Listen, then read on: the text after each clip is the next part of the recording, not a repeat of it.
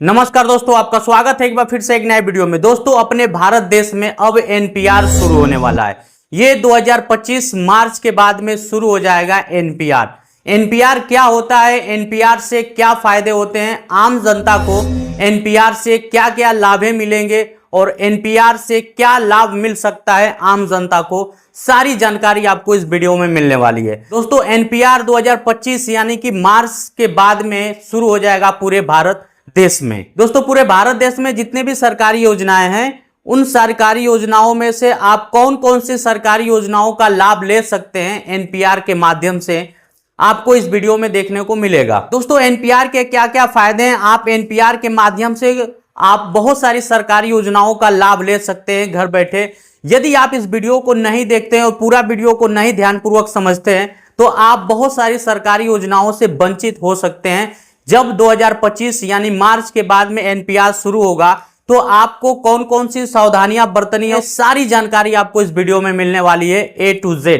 तो चलिए दोस्तों, वीडियो को एक लाइक कर दीजिए और आप हमारे चैनल पे नए तो चैनल को जरूर सब्सक्राइब कर लें। दोस्तों, पूरे भारत देश में 2025 यानी मार्च के बाद में एनपीआर शुरू होने जा रहा है। एनपीआर का फुल फॉर्म होता है national population register. National population register क्या है और नेशनल पॉपुलेशन रजिस्टर यानी कि एनपीआर के माध्यम से आपको कौन कौन सी सरकारी योजनाओं का लाभ मिल सकता है और कौन कौन सरकारी योजनाओं का लाभ आप ले सकते हैं, चलिए जानते हैं। दोस्तों, हमारे भारत देश में 1981 के बाद एनपीआर कराया जाता है। हर 10 साल पे एनपीआर होता है। तो दोस्तों, एनपीआर यानी कि नेशनल पॉपुलेशन रजिस्टर, जिसे हम एनपीआर कहते हैं। दोस्तों, 2020 में ही एनपीआर होने वाला था, लेकिन कोरोना काल यानी कि कोविड की वजह से इसे रोक दिया गया, यानी कि पूरे भारत देश में एनपीआर नहीं कराया गया।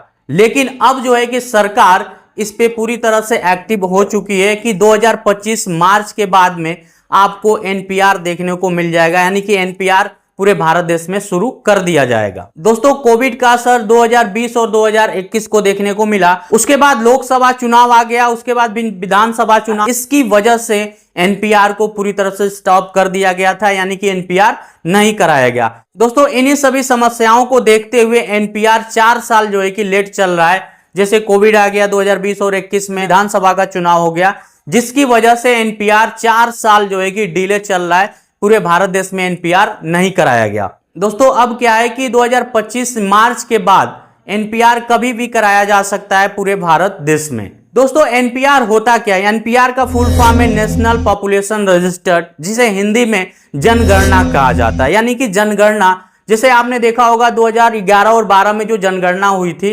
उसके बाद फिर 2020 में जनगणना होने वाली थी, लेकिन कोविड की वजह से, लोकसभा चुनाव की वजह से, विधानसभा चुनाव की वजह से जनगणना को नहीं कराया गया पूरे भारत देश में।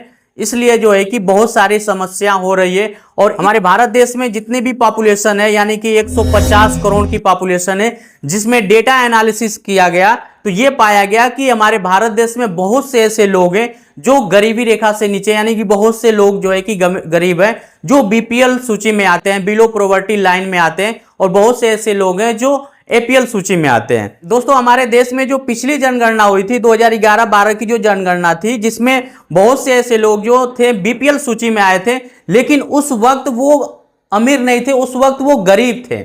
लेकिन अब जो है कि बहुत से ऐसे लोग हैं जिनके पास में उस वक्त साइकिल नहीं थी, 2 व्हीलर नहीं थी, 4 व्हीलर नहीं थी, कुछ अच्छे मकान नहीं थे, बहुत सारी जो है कि जमीनें नहीं थी। लेकिन इसी 10 साल के अंतराल में देखा गया कि बहुत से ऐसे लोग हैं जिनके पास में उस वक्त वो साधन नहीं था, लेकिन इस वक्त जो है कि बहुत से लोगों के पास में वो साधन मौजूद हो चुका है, जो अपनी मेहनत के दम पे या फिर नौकरी पा गए या फिर बिजनेस शुरू कर लिए। मोदी सरकार की तरफ से बहुत सारी स्कीमें आई कि आप जो है कि सरकार की तरफ से फंड ले सकते हैं, बैंक से फंड लेकर के आप बढ़िया जो है कि बिजनेस स्टार्ट कर सकते हैं। तो जो बिलो पॉवर्टी के लोग थे, यानी कि बीपीएल सूची में जो आते थे, जिनको बीपीएल सूची में रखा गया था, इसकी वजह से भारत का जो डेटा एनालिसिस किया गया, पॉपुलेशन का जो डेटा एनालिसिस सामने आया कि बहुत से ऐसे लोग हैं जो गरीबी रेखा में हैं।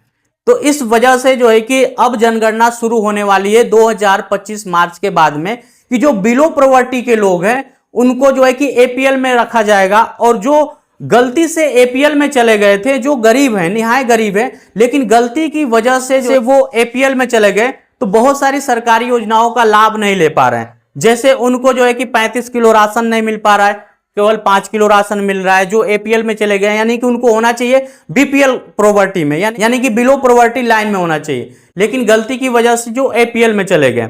दोस्तों भारत देश में कुछ ऐसे लोग हैं जो एपीएल के लायक है, लेकिन वो बीपीएल कैटेगरी यानी बिलो पॉवर्टी लाइन में, और सरकार का सारा फायदा ले रहे हैं। जिनके पास में अच्छा घर है, जिनके पास में गाड़ियां हैं, जिनके पास में अच्छी जगह और अच्छी जमीनें हैं, लेकिन वो सरकार के बीपीएल कैटेगरी में जा करके और सरकार का सारा लाभ ले रहे हैं। लेकिन जिनके पास में ना रहने का घर है, उसके बाद ना खाने के लिए, लेकिन वो जो है कि गलती की वजह से वो एपीएल में चले गए, तो जिस वजह से सरकार को और जिस वजह से बहुत से लोगों को दिक्कत हो रही है, लेकिन सरकार अब जो है कि इस पे एक्टिव हो गई है। दोस्तों एनपीआर का मतलब ये होता है जिसमें इंसानों की गिनती होती है, और यही काउंटिंग यानी एनपीआर ही नेशनल पॉपुलेशन रजिस्टर, जिसको जनगणना कहते हैं हिंदी में, यही आपको जो है कि तय करता है कि आप अमीरी रेखा में हैं या फिर गरीबी रेखा में, आप अमीर हैं या फिर आप गरीब हैं, जिस आपको प्रधानमंत्री आवास योजना का लाभ मिलना चाहिए कि नहीं मिलना चाहिए, आपको आयुष्मान कार्ड योजना का लाभ मिलना चाहिए कि नहीं मिलना चाहिए, आपको आभा कार्ड का लाभ मिलना चाहिए कि नहीं मिलना चाहिए,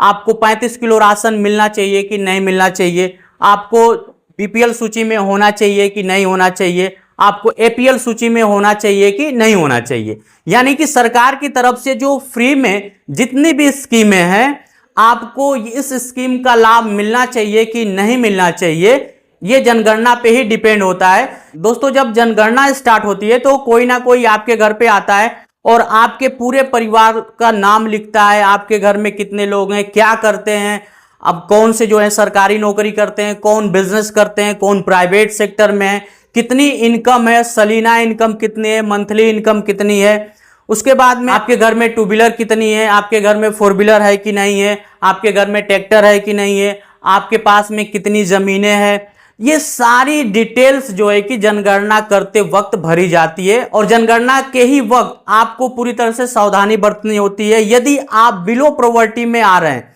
जनगणना के वक्त जो भी अधिकारी आपके घर पे आएगा और आपसे जनगणना कराएगा, आपसे पूछेगा, तो आप सावधानी पूर्वक यही बताएंगे जो आपके पास में होगा, जितनी जमीनें होगी उतना बताएंगे। आपके पास में साइकिल है, मोटरसाइकिल है, आपके पास में क्या क्या चीजें हैं, जो एक्चुअल चीज होगा वही आप बताएंगे। यदि आप उसमें फॉल्स बताते हैं तो आप बिलो पॉवर्टी में ना जाकर के आप सीधे चले जाएंगे एपीएल, यानी बीपीएल में ना जाकर के आप सीधे एपीएल में चले जाएंगे। दोस्तों बहुत से लोग जो है एपीएल में ना होकर के बीपीएल में चले गए हैं। क्यों चले गए हैं? क्योंकि बहुत से ऐसे जो है कि ग्रामीण के जो लोग होते हैं, जैसे प्रधान लोग होते हैं, और बहुत से लोग जो है कि ग्रामीण क्षेत्र से जो चुनाव लड़ते हैं, वो क्या करते हैं कि वोट बैंक के चक्कर में जिनको एपीएल में होना चाहिए उनको बीपीएल में करा देते हैं, क्योंकि उनको वोट मिल जाता है, और बीपीएल में करा देते हैं और बीपीएल का सारा लाभ लेने लगते हैं। और बहुत से लोग ऐसे होते हैं जिनको बीपीएल में होना चाहिए वो एपीएल में चले जाते हैं। ये जो है कि वोट बैंक के चक्कर में सब चीज किया जाता है। लेकिन जब आपके घर में जनगणना करने के लिए कोई भी अधिकारी आए, कोई भी कर्मचारी आए, तो आप सारी सच्चाई उनको बताएं कि मेरे पास में ये चीजें हैं, तभी आप प्रधानमंत्री आवास योजना का लाभ ले सकते हैं, आयुष्मान कार्ड का लाभ ले सकते हैं, आभा कार्ड का लाभ ले सकते हैं, और बहुत सारी ऐसी सरकारी स्कीमें हैं जो फ्री में बीपीएल पॉवर्टी के जितने भी लोग हैं उनको दी जाती है, तभी आपको मिल पाएगी, नहीं तो आपको नहीं मिलेगी। तो दोस्तों 2025 मार्च के बाद में जो जनगणना शुरू होने वाली है, जब भी आपके घर पे कोई भी जनगणना करने के लिए आए